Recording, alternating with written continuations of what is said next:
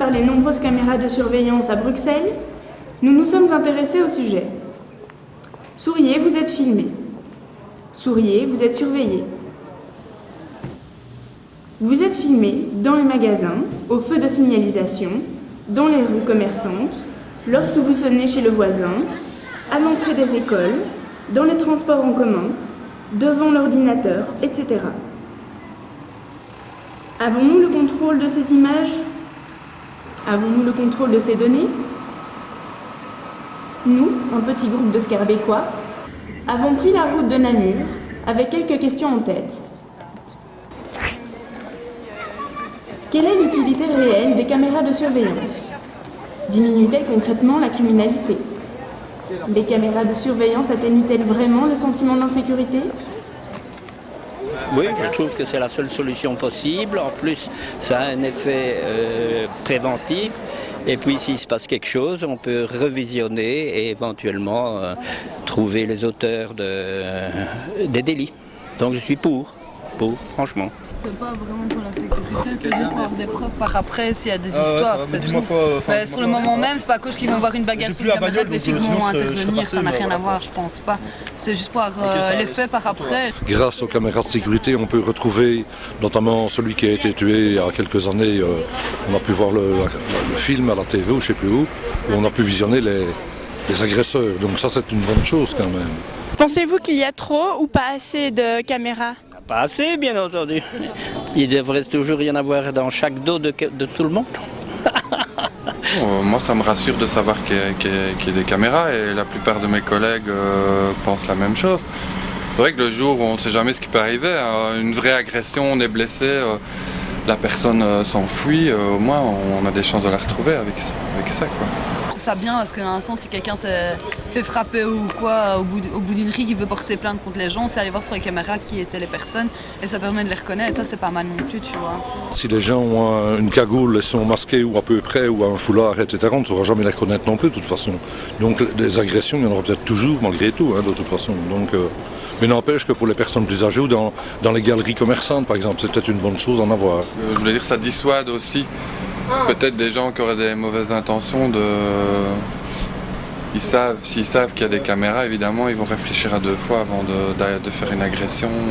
D'après vous, la criminalité a-t-elle diminué depuis D'après moi, c'est une certitude. Les statistiques sont là.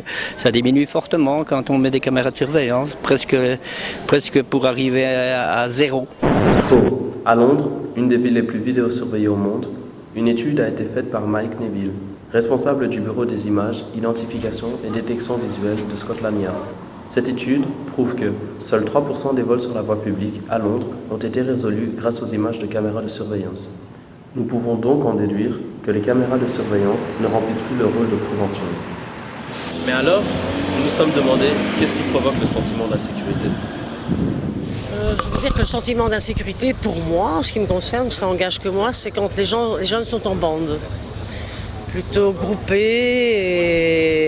Et là, c'est vrai que c'est un peu insécurisant. Ou dans les gares, il y a des groupuscules comme ça qui ont des têtes un petit peu, je dirais, de dépravés, si le mot n'est pas fort. Et c'est vrai qu'en masse, on ne sait pas trop que faire, quoi. Quand on se promène à 2-3 heures du matin, dans certaines rues, c'est vrai que voilà, on a parfois peur de se faire racketter ou quoi, parce que c'est vrai que c'est déjà arrivé. Voilà, donc voilà, c'est un peu ça pour moi. Oui, il y a beaucoup de vols, il y a beaucoup de dégradations, il y a des choses toutes bêtes parfois. Parfois, il y a des plantes ici, des bacs de fleurs qu'on retourne gratuitement, qu'on arrache tout, qu'on jette tout comme ça. Je trouve que c'est un peu dommage de détruire. Bon, des fois, les graffitis aussi, qu'on retrouve un peu partout, c'est dommage aussi d'abîmer. Déjà, quand il n'y a pas la police dans les rues et que, personnellement, moi, quand je suis seule, disons que je me fais des films, quoi. Ouais. Et que quand il n'y a pas la police, quoi, t'as toujours peur qu'il arrive quelque chose. Quand je suis seul à la gare ou quoi, voilà, j'ai toujours peur de me faire agresser ou quoi. Quand il y a beaucoup de jeunes, quand il y a des gens, quand il y a des problèmes et tout ça. Je me sens pas en sécurité à chaque fois quand je sors vers minuit pour rentrer chez moi, des trucs comme ça. L'insécurité, c'est les autres. Moi, j'éprouve un sentiment d'insécurité quand un pétard éclate autour de moi. Moi, j'éprouve un sentiment d'insécurité lorsque je rencontre un mendiant. Moi, j'éprouve un sentiment d'insécurité quand je suis sur un banc avec des potes et que la police s'arrête. Moi, j'éprouve un sentiment d'insécurité quand quelqu'un autour de moi perd son sang-froid. Moi, j'éprouve un sentiment d'insécurité lorsque des personnes autour de moi ont bu. Faut-il interdire les pétards, les endroits sombres, les jeunes, les clochards? Nous avons été interrogés des citoyens afin de leur demander quel serait le moyen de diminuer ce sentiment d'insécurité. Je pense que je provoque pas. Je provoque pas ce genre de personnage. Mais c'est vrai que j'ai une attitude ferme. Je n'ai pas peur. Et j'ai confiance en moi. Donc je vais pas marcher la tête baissée ou cachée. Non, je suis quelqu'un debout et je vais pas aller provoquer non plus ce genre de va-et-vient. Je pars du principe que je trace tout droit. Je regarde pas à gauche ni à droite. Et voilà, j'ai pas de problème. Mais ce serait peut-être mieux qu'il y ait du travail pour tout le monde pour commencer. Donc il y aurait moins de vandalisme, moins d'agression et plus de sécurité. Donc quelque part les caméras pour moi n'auraient pas de raison d'être à ce moment-là. C'est quand même une atteinte à la vie privée des gens. Nous pouvons en conclure que le sentiment d'insécurité étant subjectif, il est impossible d'y répondre de façon collective.